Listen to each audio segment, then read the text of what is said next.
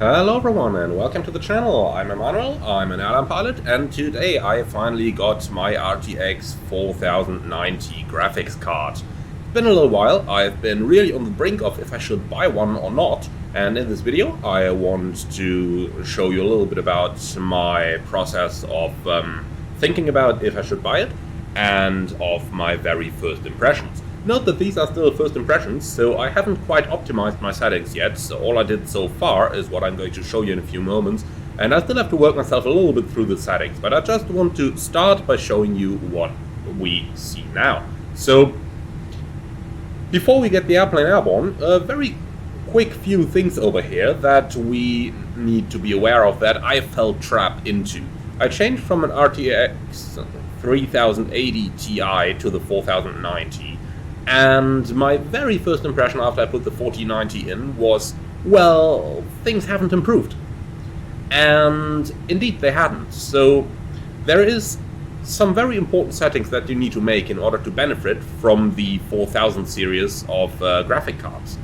The first of them is if you're using Windows 11, you can neglect this. If you're using Windows 10 like me, you gotta do this. You gotta go into the graphic settings there and turn on the hardware accelerated GPU scheduling. By default the setting is off, you need to turn it on manually. Just type graphics into your Windows Start menu and you will be brought here, turn that on and reboot your computer. When you're done with this, you gotta go into the settings in Microsoft Flight Simulator. So that is settings, general options, and then in here the DirectX 12 beta needs to be turned on in order to see a big improvement.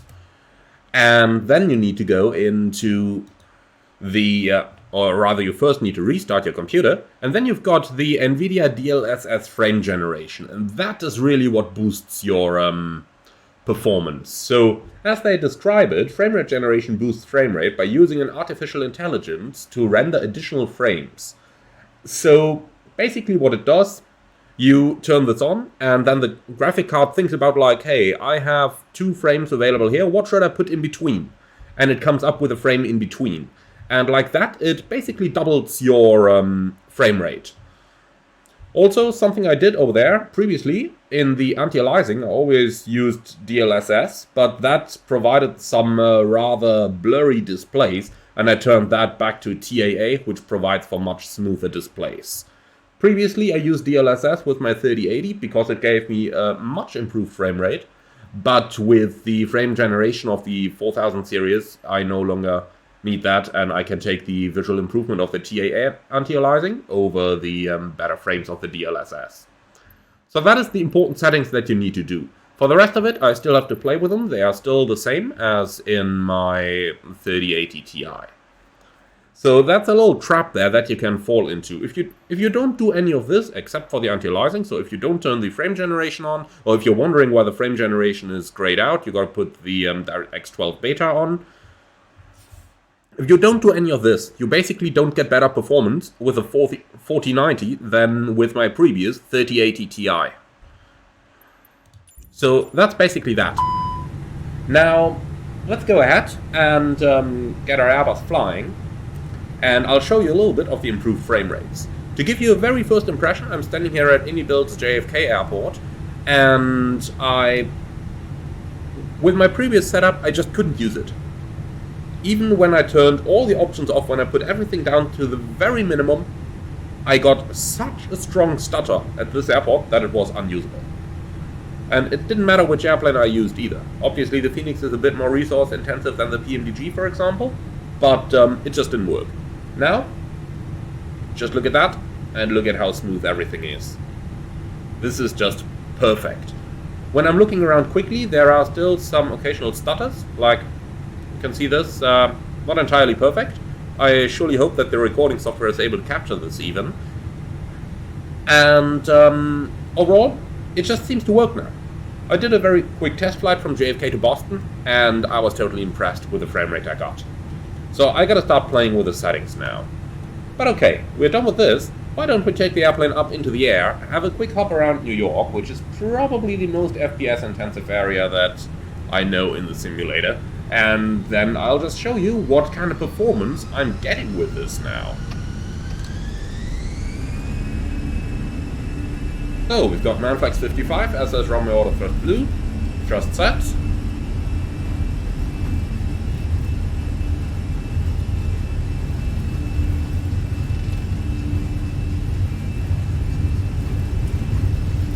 knots.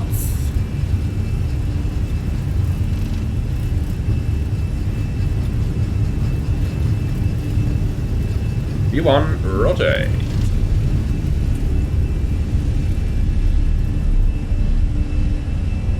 You're up. Positive rate. So do note how crisp all of those displays here really are. So that's something that with my previous DLSS setting I couldn't see. They looked a lot more blurry, and all of a sudden it is really a difference, as if I suddenly put on my glasses.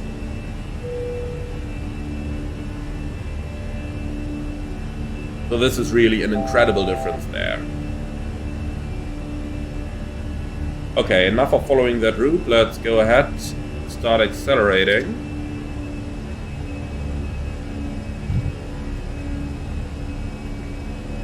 Starter actors off, bird on. Ew, what are you doing there? Flap 0. Bring me up to green dot, please. And then let's fly towards Manhattan. Just a quick note here as I'm making some turns, notice how smooth just everything is. This is really incredible. One change I did do compared to my previous settings is that I have turned on my photogrammetry again. Previously I had that off because it just wouldn't work. But now look at that. And while I'm looking around, I can see some microstarters over here, probably because the terrain isn't cached yet, and because it has to download the terrain as we go. But apart from that, it really just works. It really just works. That is the only term I can get there. And look at how impressive this simulator looks. This is something I just never experienced before. At least not in this smoothness. Obviously, with some default aircraft, I could do this. But look at that. Frame rate, perfectly smooth. That's really all you can ask for. Okay then, let's get towards Manhattan. And let's not start descending. Cancel the alert.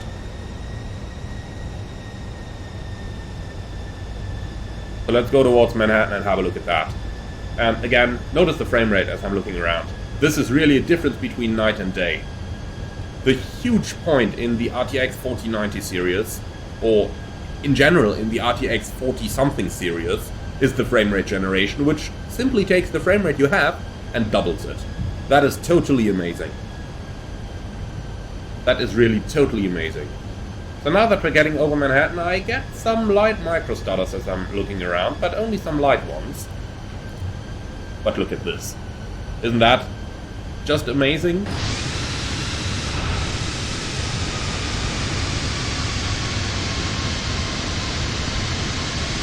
Something like this.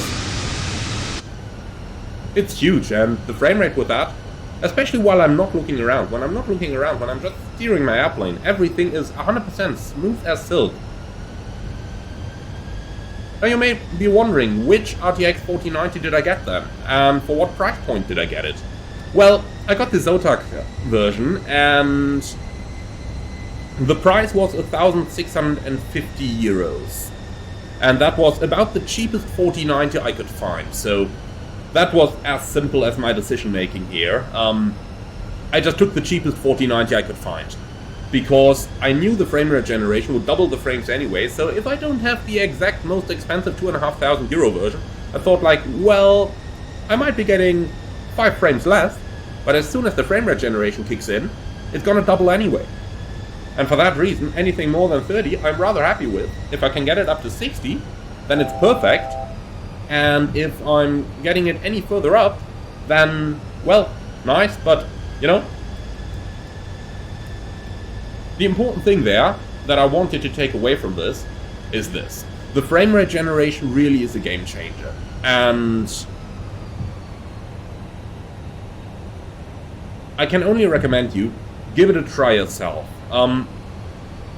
You might not have to start with the most expensive or the most advanced of the series, so to my knowledge, correct me if I'm wrong, I might very well be, all of the RTX 40 series, or 4000 series, I should say correctly, have frame rate generation. And as long as you can use that, it's really a complete game changer. It really is. And let's talk a little bit now about my thought process, why I decided for a new graphics card overall. And it basically came down to this. The Microsoft Flight Simulator, when it was first released, got me a really good performance on my system with the RTX 3080 Ti. So I got really good performance with it. But over the time, as Microsoft Flight Simulator got updated, as more demanding add-ons were added to it, and most importantly there, as developers stopped caring about optimizing their aircraft and their scenery for best performance, but simply optimize them for the best visuals, disregarding performance overall, that is really when I got into frame rate trouble. And in the end, I couldn't even use JFK at all. And when I wanted to use sceneries like Frankfurt, I had to live with severe stuttering, as some of you saw in my live streams. So in order to get around that, I thought, well, frame rate generation is probably going to be the only option. And for that reason, I decided to go for it. Now, in the end, I had to decide on the type of graphics card I wanted to get. And there came the culprit. I basically had to choose between the 4070, 4080 and 4090. And, you know, the price points between the 4080s and the 4090s in the region I live were somewhere around a difference of 300 to 400 euros. And on the other hand side, what do you get for that? Well, you get a very much improved frame rate, because there is quite a difference between the 4080 and the 4090, and I thought, well, if I invest those 300 to 400 euros more in order to get 4090, that's really going to make my life easier for a year longer. And that is basically how I decided that is what I'm going to take. Okay, that is my thought process here for choosing the card that I ultimately chose. Now, at the moment I'm in the testing phase here, and I would love to do a little bit more videos, but due to my type rating starting very soon, well, basically on Monday, I am not going to be able to do many more videos over that time, but I have a couple pre-recorded ones from the old system, of course, so if after this video you still see a couple of videos with worse frame rate or worse graphics, then that is simply due to the fact that I pre-recorded a lot of them. That also goes for all the members-only videos we have at the moment, so most of them are recorded with the 3080 Ti, a couple of them are recorded with the GoPro 11, but that's a different story. So that's basically that. Now, I would say, let's do one of the most exciting approaches that we can find in the simulator, which is obviously going to be the visual approach onto 13 left. And I seriously hope that I didn't accidentally misnavigate over here, but things actually look quite alright. Yeah, this is the channel over which you enter. I haven't done this in quite a while, so if I am mistaken about any of this, I do apologize. So don't take this as a tutorial for flying the Canasi visual into JFK. It certainly isn't one. But I remember, did it a few times with the standard Asobo JFK scenery, and that worked out quite well. So coming in over the channel over here, then we go across that airfield that we see on the left side there. And then we should have JFK Airport just about over here. And indeed, I can see some buildings there. The lot radius for airport buildings is usually larger than for autogen buildings. So for that reason, I suppose this is indeed JFK Airport. But this looks good to me indeed. Not 100% sure about the altitude management anymore, where they wanted you at what point, but I suppose if we simply fly this visual, then we can't really do anything wrong over here.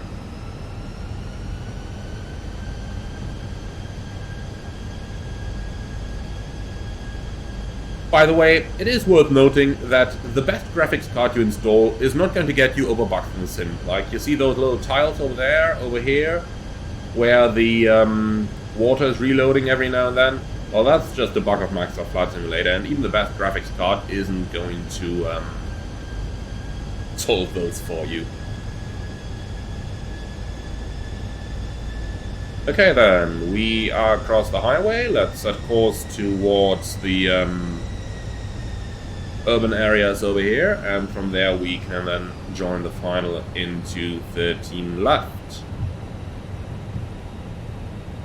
So, I do seem to remember that little bugged out bridge down there, where we had to fly over. Here it is, that looks better. Partially at least. So that's what I meant. The best graphics card isn't going to solve the bugs with the simulator. So, do take that with a little grain of salt there. That looks kinda alright.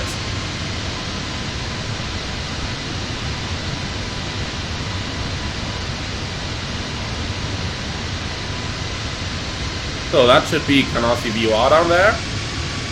That we just overflew. Then we're flying across the highway.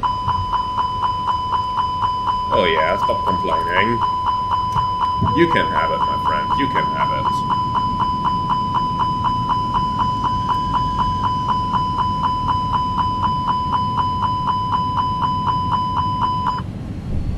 Here we go, that's better. Okay, full flaps.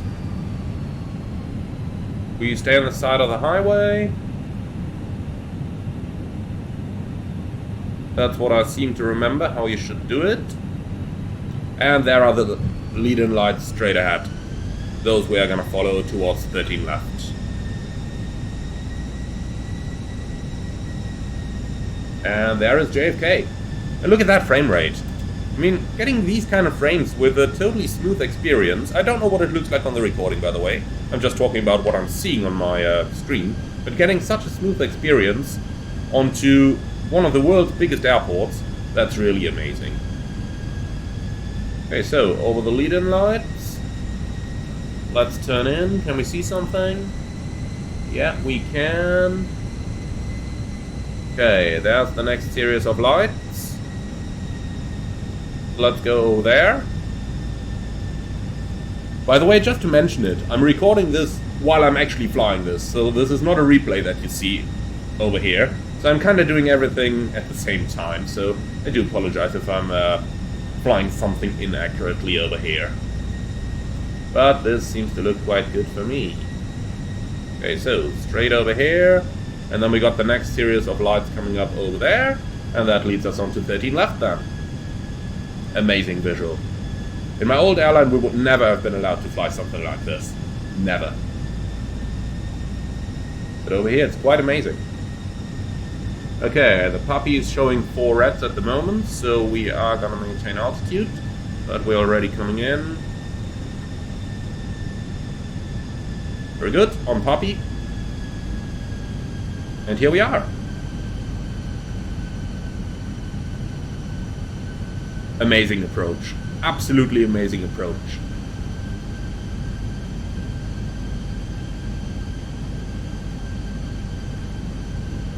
Now the pressure is on. Don't mess up that landing. 40, 30, 20, retard. Come on, settle down. Here we are. Retard, retard. Yeah, that's what we did. Okay, so we got reverse green, spoilers, and no decel. But we can do that ourselves. Okay, that's gonna be it for this video. My first little tour around New York with the RTX 4090. I surely hope you enjoyed this one. If you did, do let me know in the comments below. Do let me know if you consider getting one of those graphics cards. My recommendation is certainly, it doesn't have to be the most expensive one, it doesn't have to be the highest ranking in the series, but any of the 4000 series, any of those that have frame rate generation is really, and I mean really going to give you a much easier life in Microsoft Flight Simulator. So, thank you very much for watching. I hope you enjoyed this one. If you did, do let me know in the comments below. Finally, if you want to support the channel, I would love to see you as a channel member, which is going to give you exclusive early access to new videos before they are released for everyone else. Or if you just want to make a one-time donation, you can do that using the Buy Me Coffee link in the video description below. Thank you very much for watching, and I see you all again on the next one, and most importantly, on the next one into one of those highly complex and very good-looking airports like the Indybuilds, New York, or Los Angeles, and you name it, because I am positive that I'm going to fly quite a bit more into airports like this now that my computer can finally handle them. Okay, thanks for watching, and see you all again very soon.